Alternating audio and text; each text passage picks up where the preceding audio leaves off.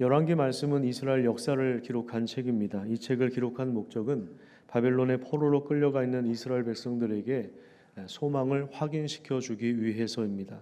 왜 나라가 망했는지, 그리고 하나님의 임재와 영광이 약속된 이 성전이 무너지고 불타 버렸는지, 왜 나라가 자신들은 망해서 포로가 되어 이방 나라에 끌려왔는지 도무지 알 수 없는 그런 상황 속에서 하나님은 열왕기서 말씀을 기록하게 하셔서 이 책을 처음에 누가 읽도록 하셨냐 하면 포로로 끌려가 있는 이스라엘 백성들, 그리고 포로에서 또 귀환한 이스라엘 백성들이 읽도록 하셨습니다.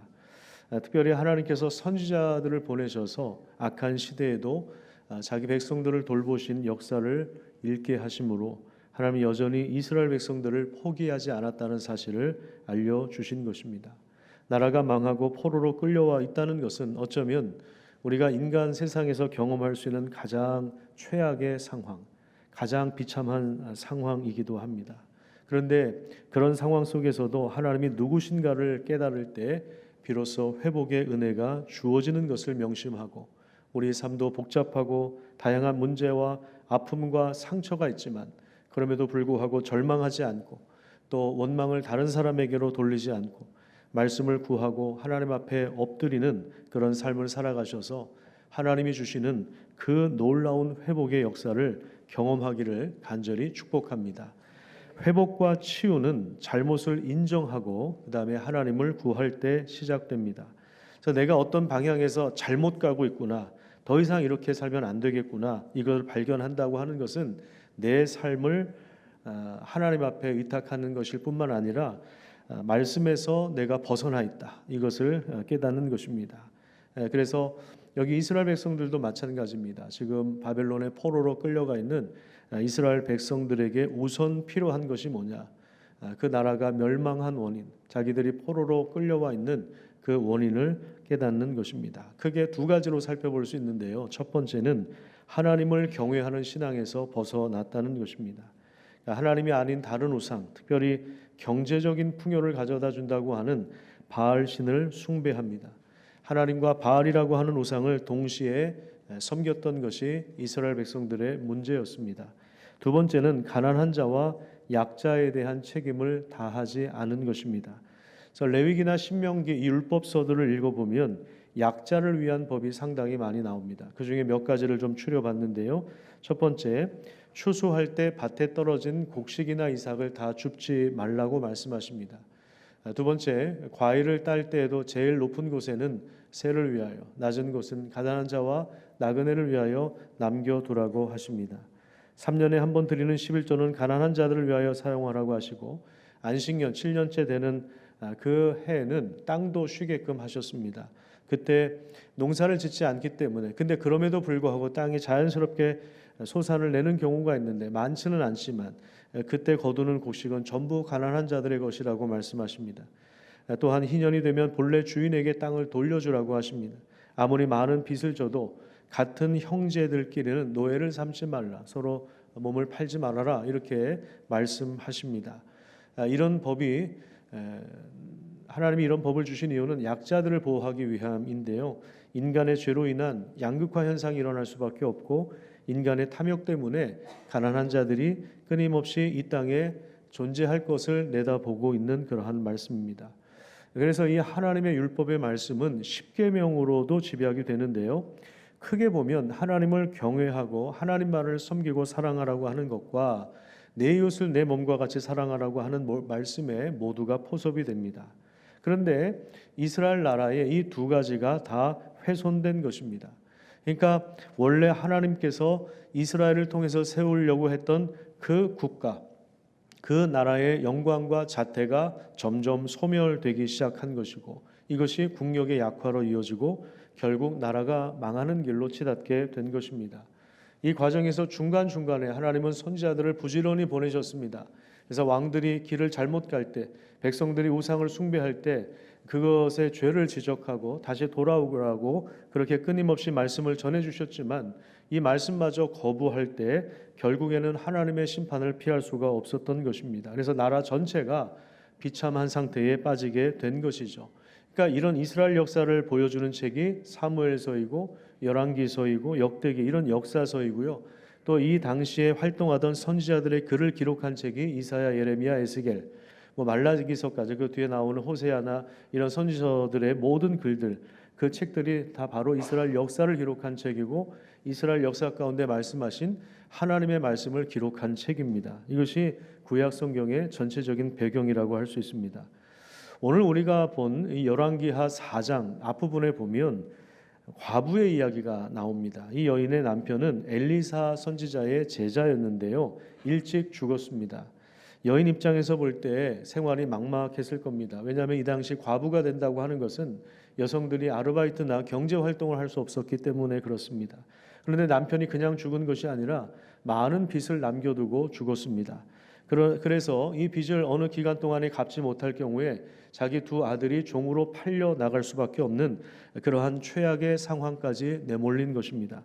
이런 상황에서 하나님은 엘리사 선지자를 통하여 이 집안에 기적을 베풀어 주시죠. 이 여인이 자기 절박한 상황을 엘리사 선지자 앞에 가서 부르짖어 이야기할 때에 너희 지금 가정에 있는 것이 뭐냐? 기름 하나밖에 없습니다. 한 병밖에 없습니다. 그랬더니 이웃에게 그릇을 다 빌려와라. 그래서 그 문을 닫고 그 한 병 있는 그 기름을 그릇에 다 채우고 그것을 갖다 팔아라. 그러니까 결국에 이 비용으로 빚도 갚고 또 경제적인 생활도 충당하는 이러한 놀라운 기적이 일어났습니다. 그러니까 하나님께서 선지자를 통하여 지금 이 가정의 필요를 결핍을 돌보시고 채우신 것입니다. 우리가 주기도문으로 기도할 때 처음에 하늘에 계신 우리 아버지, 그러니까 우리가 누구한테 기도하는가가 참 중요합니다. 우리는 하늘에 계신 우리 아버지 하나님에게 기도하는데요. 하나님이 하늘에 계시다라고 하는 말은 하나님은 온 세상 우주 만물 가운데 충만하신 분이고 하나님은 천지 만물을 창조하신 전능하신 분이다. 이 사실을 고백하는 것이죠. 그런데 그 전능하신 분이 우리 아버지가 되셔서 우리의 소소한 일상에 관심을 갖고 계시고 우리의 어려움을 공감해 주시고 우리의 결핍을 채워 주십니다. 그러니까 우리가 하나님의 뜻이 이루어지기 위해서도 하나님 나라가 임하기 위해서도 기도하라고 하셨지만 예수님은 일용할 양식을 구하라고 하면서 매번 먹는 한 끼의 식사가 하나님의 전능하신 하나님의 크신 능력으로 공급되는 것을 가르쳐 주신 것입니다. 최저 빈곤층 여인을 세심하게 돌보시는 하나님의 긍휼과 자비로움을 읽으면서 이스라엘 백성들은 포로 생활 가운데 두 가지 생각을 했을 것입니다. 우선 연약한 자의 아픔과 서러움을 공감하고 이해했습니다. 자신들이 막상 이렇게 포로가 돼서 종으로 팔려오다 보니까 그동안에 자신들이 가난한 자들과 연약한 자들에 대하여 함부로 대했던 것에 그 잘못을 인정하고 회개하는 시간을 가졌을 것입니다. 또한 최저 빈곤층, 절대적 약자의 필요를 채우시는 하나님께서 지금 포로로 끌려와 있는 자기 자신들도 돌볼 것이라고 하는 그런 기대를 가졌을 것입니다. 그 다음에 나오는 이야기는 수넴 여인의 이야기입니다. 8절을 한번 보십시오. 8절에 보시면 이 여인을 어떻게 소개하고 있냐면 귀한 여인이다 이렇게 이야기합니다. 귀한 여인. 귀하다라고 하는 것은 부귀 영화를 다 가지고 있다는 것을 말합니다. 엘리사 선지자가 이 지역에 와서 사역할 때마다 이 여인은 선지자에게 간권했다고 합니다. 간권이라고 하는 말은 그냥 한번 형식적으로 내뱉는 말이 아니라 간절하게 권하다 이런 말입니다. 우리가 요즘에 뭐 잘 쓰지는 않는 단어죠. 간권, 간절히 권하다.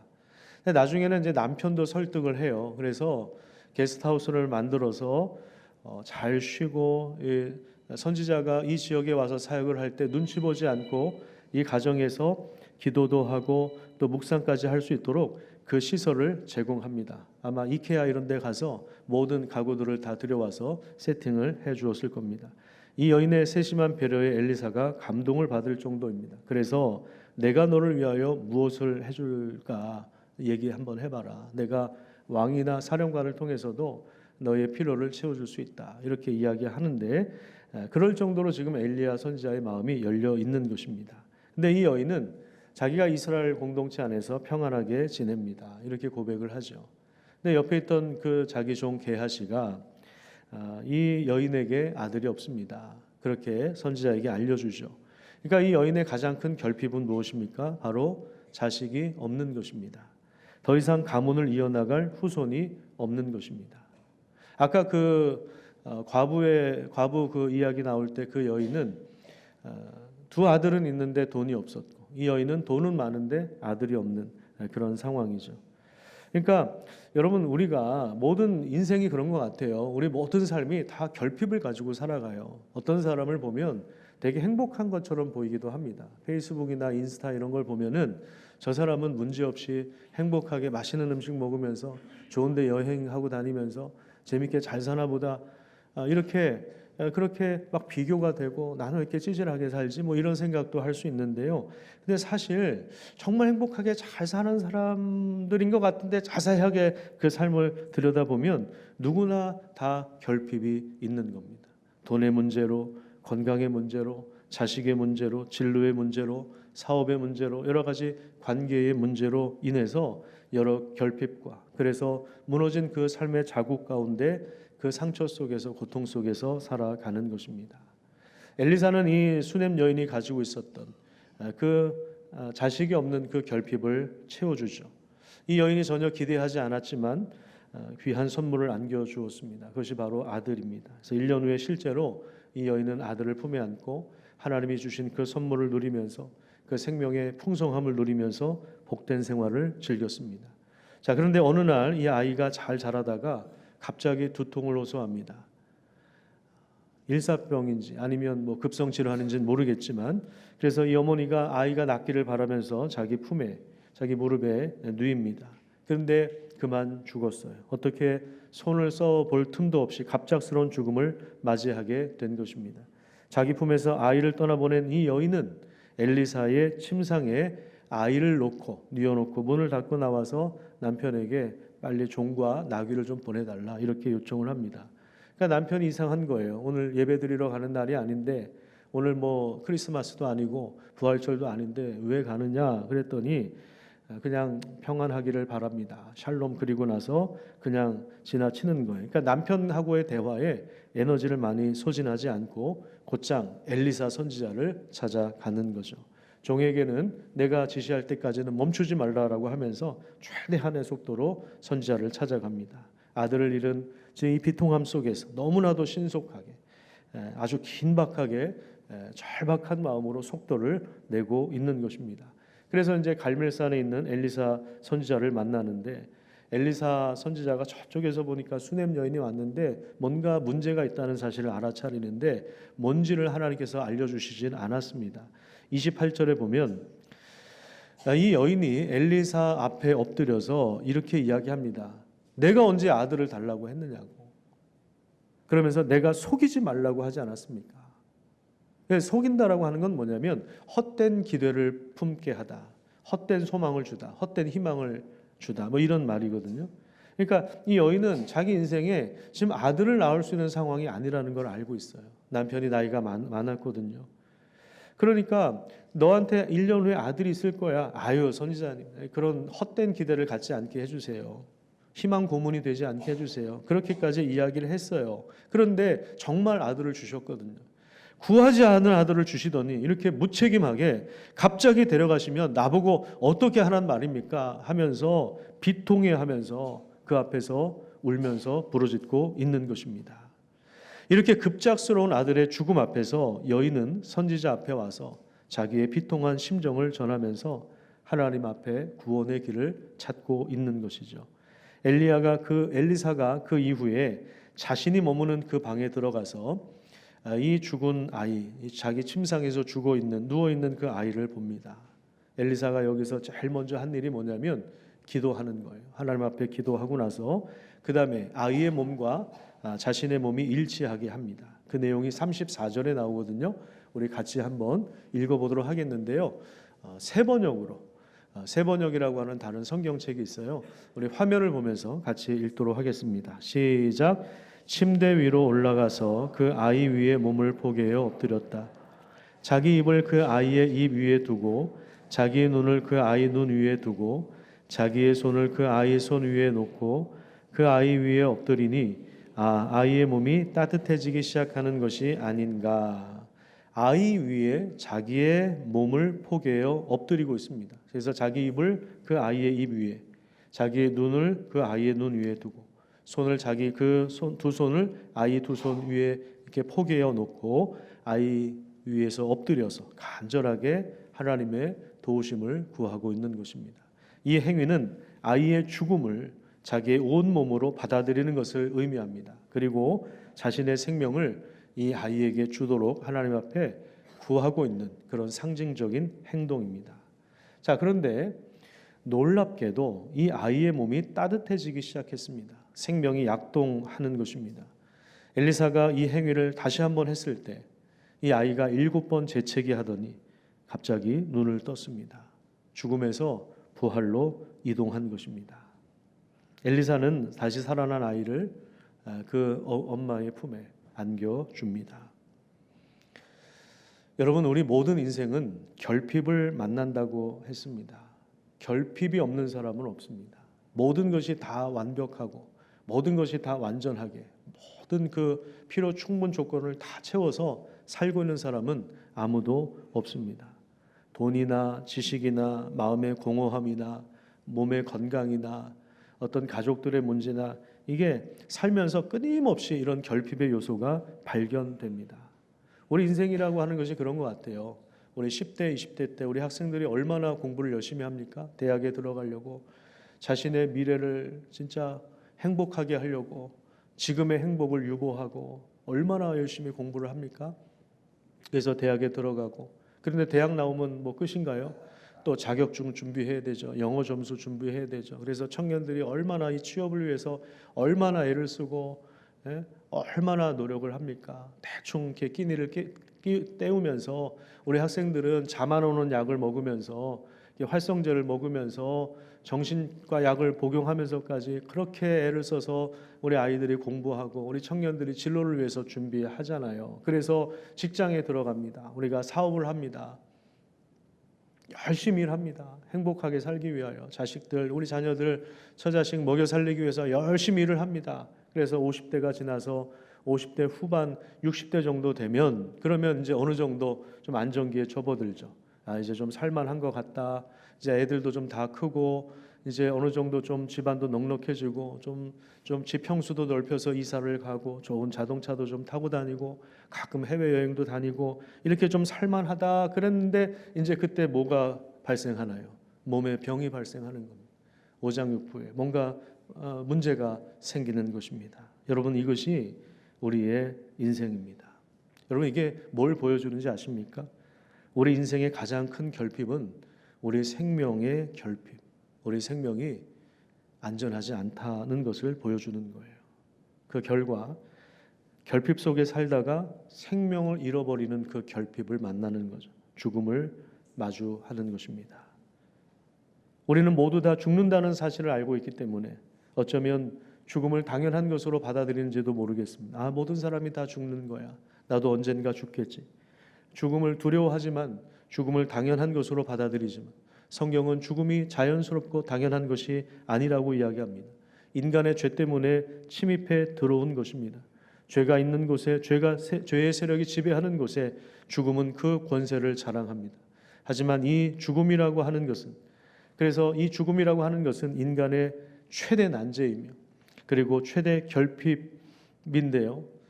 그런데 이 인간이 해결할 수 있는 문제가 아니에요. 죽음이라고 하는 것은 뭐 자신이 해결할 수 있는 아무리 뛰어난 의사 전문가라도 자기가 암에 걸리면 자기가 자기 몸을 고치질 못하는 거예요. 자기가 의학의 최고의 지식을 가지고 있고 최고의 전문가를 할지라도 결국 자기도 병에 걸리는데 자기도 어떻게 자기 몸을 할 수가 없는 상황이 벌어지는 거죠. 여러분, 이 죽음이라고 하는 최대 난제, 이 최대 결핍을 해결할 수 있는 분은 하나님밖에 없습니다. 죄가 있는 곳에는 이 죽음이 그 권세를 떨치지만 하나님이 다스리고 하나님이 주관하는 곳에는 이 죽음이 무력화되는 것입니다. 신명기 30장 20절 말씀 보겠습니다. 역시 바른 성경으로 좀 읽어보도록 하겠습니다. 시작. 여호와 내 하나님을 사랑하고 그분의 음성을 들으며 그분을 가까이 하여라. 그분은 너의 생명이시며 내 날들을 길게 하는 분이시니 여호와께서 내 조상인 아브라함과 이삭과 야곱에게 주시기로 맹세하신 그 땅에서 내가 살 것이다. 우리 인간은 죄로 인하여 제한된 생명을 누리죠. 어떤 사람은 70년, 어떤 사람은 80년, 어떤 사람은 90년이라고 하는 제한된 삶을 누립니다. 하지만 하나님은 영원한 분이십니다. 하나님 완전한 생명 그 자체이십니다. 생명 그 자체이신 분이 우리를 창조하시고 우리에게 생명을 주신 것입니다. 죄 때문에 죽음에 매여 살고 그리고 실제로 죽음 때문에 그 생명을 잃어버리지만 하나님은 자기 아들의 생명을 대신하여 우리를 구원하신 것입니다. 엘리사 선지자가 자기의 몸을 죽은 아이의 몸에 이렇게 포개어서 그 아이의 죽음을 받아들인 것처럼 선지자 중에 선지자인 예수 그리스도께서 오셔서 우리의 죽음을 자신의 것으로 취하신 것입니다. 우리가 대신 받아야 할 심판과 형벌을 자신이 대신 받으신 것입니다. 주의 손과 발이 찢기심으로 심장이 창에 찔리심으로 물과 피를 쏟으심으로 우리의 죽음을 자신의 온몸으로 받아들이시고 그 대신에 자기 생명을 내어주신 것입니다. 영원전부터 존재하신 제2위 하나님의 그 생명을 우리에게 나눠주심으로 우리에게 영원한 구원을 얻게 하신 것입니다. 그래서 고린도후서 5장 15절 말씀해 보시면 그리스도께서 모든 이들을 대신하여 죽으신 이유는 살아있는 사람들이 더 이상 자신을 위하여 살지 않고, 자, 누구를 위하여 살지 않는다고요? 자신을 목적으로 두지 않는다는 거예요. 자기 인생의 행복, 자기 인생의 성공, 자기 자신을 위한 삶을 살아가는 것이 아니라 오직 자신을 대신하여 죽으셨다가 다시 살아나신 분을 위하여 살게 하려는 것입니다. 그러니까 예수님을 위하여 사는 것이 성공한 인생이고 예수님을 위하여 사는 것이 진정한 행복이다 이 말입니다. 우리를 대신하셔서 우리의 죄를 용서하시며 다시 살아나셔서 우리에게 참 생명을 주신 이유는 우리가 더 이상 자신을 위하여 살지 않고 예수님을 위하여 살게 하시기 위함인 것입니다. 요한복음 6장 35절에 보시면 오병이어의 기적을 일으키신 다음에 이런 말씀을 주셨어요. 내가 곧 생명의 빵이니 내게 오는 자는 결코 굶주리지 않을 것이고 또 나를 믿는 자는 결코 목마르지 않을 것이다. 이렇게 말씀하셨습니다.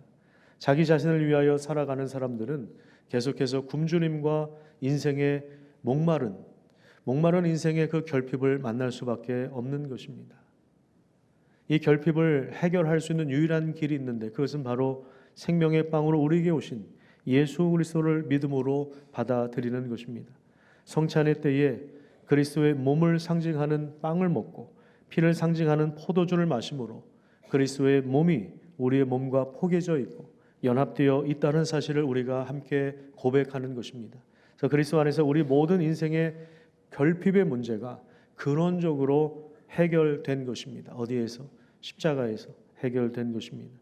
여호와의 영원한 생명이 이제 우리에게 주어져 있는 것입니다. 여러분, 우리가 이 은혜를 알지 못한다면, 우리가 예수 그리스도를 믿음으로 받아들이지 않는다면 우리는 어쩔 수 없어요. 늘 비교하면서 살 수밖에 없습니다. 성능이 좋은 핸드폰은 계속 나오고 있고 자동차는 계속 나오고 있고 아파트는 계속해서 짓고 있는데 더 성능이 좋은 핸드폰과 자동차와 아파트에 정말 우리 인생을 다 걸고 그것을 얻는 것이 마치 인생의 전부인 것처럼 살 수밖에 없는 것입니다. 예수님께서 사마리아 우물가 여인을 만나셔서 이런 말씀을 하셨죠. 이 물을 먹는 자는 다시 목마르다. 하지만 내가 주는 물은 영원히 목마르지 않을 것이다. 왜냐하면 내가 주는 물은 그 사람 안에서 영생하도록 솟아나는 샘물이 되기 때문이다. 이렇게 말씀하십니다. 이 물을 먹어도 앞으로 또 목마르러서 또 들어와야 된다는 거예요. 그것이 우리가 추구하는 그 인생의 하나님 없이 살아가는 그 인생의 모습일 수 있다 이 말입니다. 그것을 얻어도 허무한 거예요. 그것을 얻어도 허무한 거예요. 어제 어떤 집사님이 그런 얘기 하시더라고요. 목사님, 제가 차를 너무너무 좋아해가지고 외제차 그 이름을 이야기하시면서 저는 잘 모르겠어요. 하여튼 그 이름을 이야기하시면서 이게 시리즈가 있는데 아무튼 그 차를 한번 좀 그래서 실제로 사셨어요. 진짜 정말 사셨어요. 그런데 목사님 타고 나 보니까 별거 아니더라고요. 타고 보니까 별거 아니다. 그런 이야기를 하시더라고요. 그러니까 그게 우리 인생의 전부라고 한다면 그게 우리의 영원한 생명을 책임져 주는 것이 아니기 때문에 분명히 그것도 한계가 있다 이 말입니다. 여러분, 지금 우리가 이제 지난주 온가족 새벽 기도를 통해서 열왕기하 1장부터 4장까지 좀 자세하게 살펴봤는데, 하나님께서 선지자를 통해서 이스라엘 백성들의 고통과 그 부족함을 돌아보시고 그리고 채우시고 그들을 치유하시고 역사하시는 이유가 무엇입니까? 장차 우리 인생의 영원한 결핍을 해결하러 선지자 중에 선지자가 오실 것을 예고하고 있는 것입니다. 그분이 바로 예수 그리스도십니다.